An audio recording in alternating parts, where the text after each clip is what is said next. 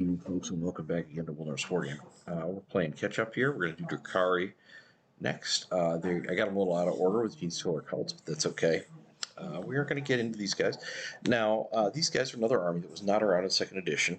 They were alluded to, but they weren't around, and they came out right after I stopped playing back then.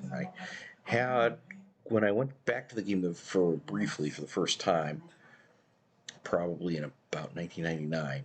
They were newly out, and I did purchase a small army of them. And then when I restarted the hobby, I purchased more stuff from them, thinking I might play them again. But they're kind of out of the armies I own, they're the one that's my least favorite. My daughter usually plays them against me. She likes them a lot. And I do use them in Inari. And I don't dislike them, but they're just not my main thing. Nevertheless, since I do own some, I do kind of care about them. And let's see what they got. Now one thing I do like about them, and the thing that constantly tempts me, is their jets are super cool. They are the most awesome looking fighter jets ever. For Warhammer, I'm all about the Void Raven and the Razor Wing. Those things, they're just great models. The boats are pretty cool looking too. I like them a lot. Okay, army rule. Power from pain. You get pain tokens. So at the start of the battle, you get 1, 2, 3, or 4 pain tokens, depending on how large your army is. You get one every time an enemy uses a destroyed, and anytime an enemy fails a battle shock test, you get another. See, this is not like Sisters where you get it, stuff happens to you. No, you have to do stuff to the enemy to get these. Hang on to these. They have empowered through pain. You can expend 1 or more pain tokens, select a unit, and you can either give it reroll advance or charge, or you can give it reroll hits in either shooting or fight phase. Yeah. So you do this to multiple units. Very handy. This is a lot simpler than their old rule, which you had to remember what benefit you got on what turn. But I definitely wouldn't complain about it. It seems like it's going to be easy to get pain tokens, and I'd be willing to bet there's other sources besides this. Okay, detachment rule, Realspace Raiders. You get an additional pain token for every Archon, every Succubus, or every Hermocus. Oh no, if you have at least one of them. Okay, so if you have the more variety, this is way better. This implies strongly that you're going to be encouraged to have a variety of different types of units. You're not going to have the old Drukhari that was basically 3 mini armies that were kind of sort of combined into one full army. And that's one of the reasons that I never got too into the Drukhari, was I found that incredibly frustrating, how their army construction rules worked. And this looks like it's going to greatly simplify this and make it a lot more appealing. Okay, let's see. Let's take a look at some units. The Venom. This is their transport. Oh, and they're showing the back here. They're not showing the back of the data card that often in these articles. Okay, you can still get the Splinter Cannon option. It automatically gets the Blade Vades now that used to be orb of your choice. Transport 6. Cannot transport grotesques or fly models.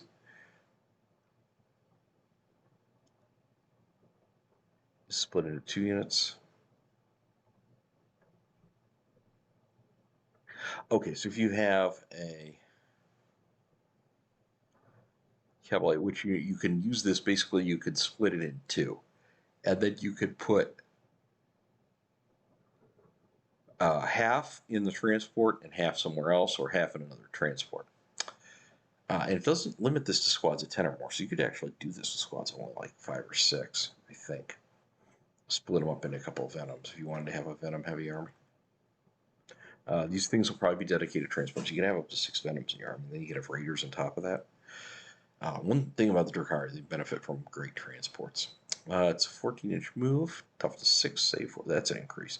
Save 4 up, wound 6, leadership 6, objective control 1. Splinter Cannon, I think that's an increase. I shouldn't talk too quickly. I don't remember particularly the details. I think it was 5 and the Raider was 6 before. But either way, Splinter Cannons, anti-infantry 3 ups, sustained 1s, range 36.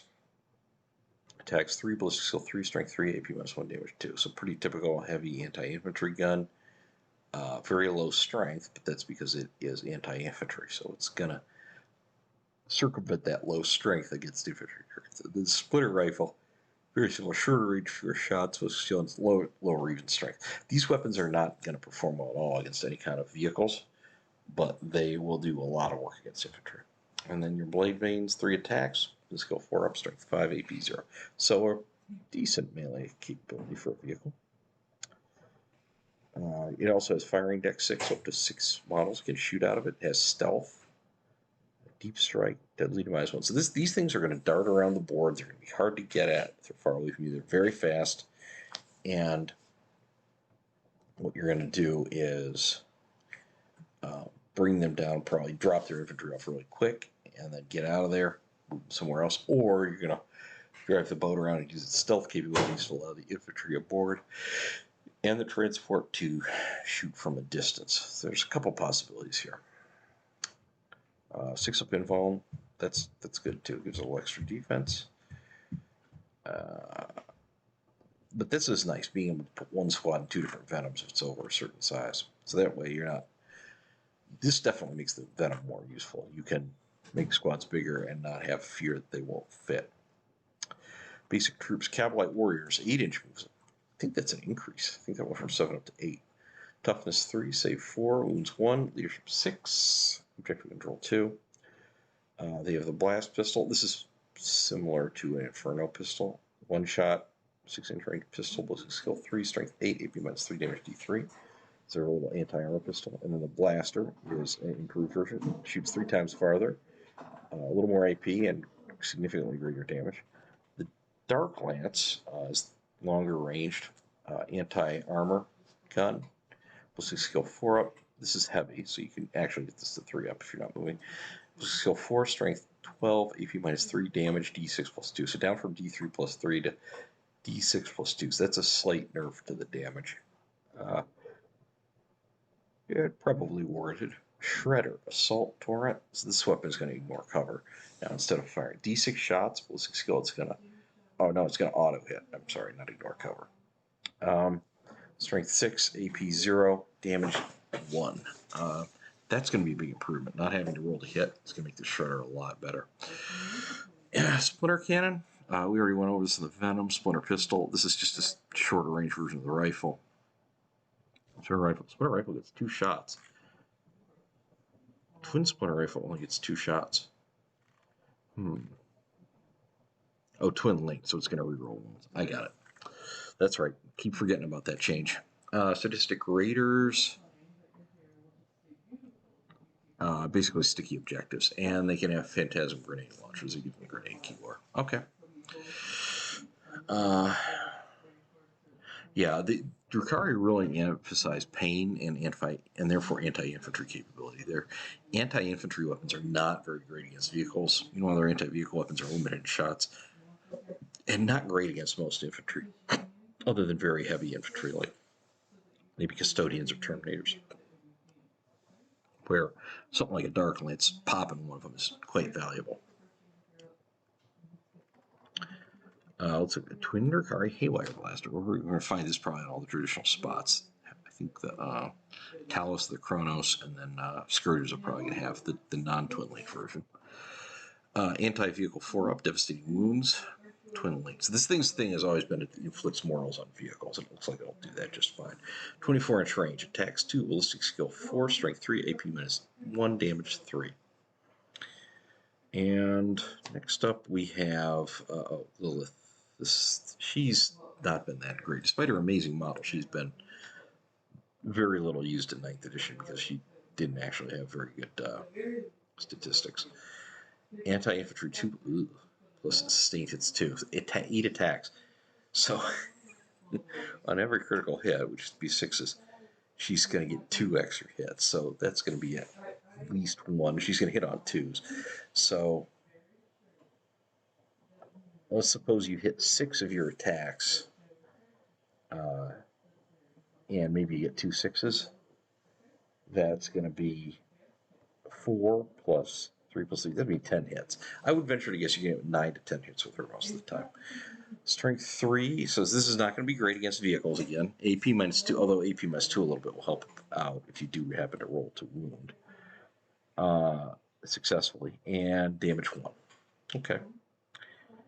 And she can get 12 attacks and increases her invuln to 3 plus once per battle. We don't know what her whole stat line is going to be like, so it doesn't tell us a whole lot. But an invuln save of 3 up is a great asset to have in a pinch if you can only have it for 1 turn. And a stratagem, Alliance of Agony, start of any phase. 1 Archon, 1 Succubus, and 1 Homunculus. So you have to have 1 of each. Discard 1 pain token, and all 3 of these monsters are empowered. Don't quite know what that's going to do. I don't remember if we've seen what empowered does before or not. You can only use this stratagem if you are able to select all 3 of the target models stated above. Okay, so you have to have 1 of each for sure. All right, and word from the studio. Yeah, they're still doing all the same things they always did. Nothing about Drukhari. That's interesting. Drukhari was kind of this show stealer of the whole Drukhari army, other than the brief period where the one succubus build, and I can't forget how it worked, but it had some ridiculous number of attacks. It kind of stole his thunder. But Drukhari has always been the man, and it's interesting they didn't show him in this. All right, well, next up, we are going to talk about the Imperial Agents. This is not a separate army. These are all the Assassins and Inquisitors and other goody two-shoes or baddie two-shoes that tend to join up with Imperial factions. We're going to have that for you real soon. In the meantime, please remember to like, subscribe, and comment down below. And click the notifications bell for more great content from Warhammer Wargaming. And we'll be back with you very soon. Bye.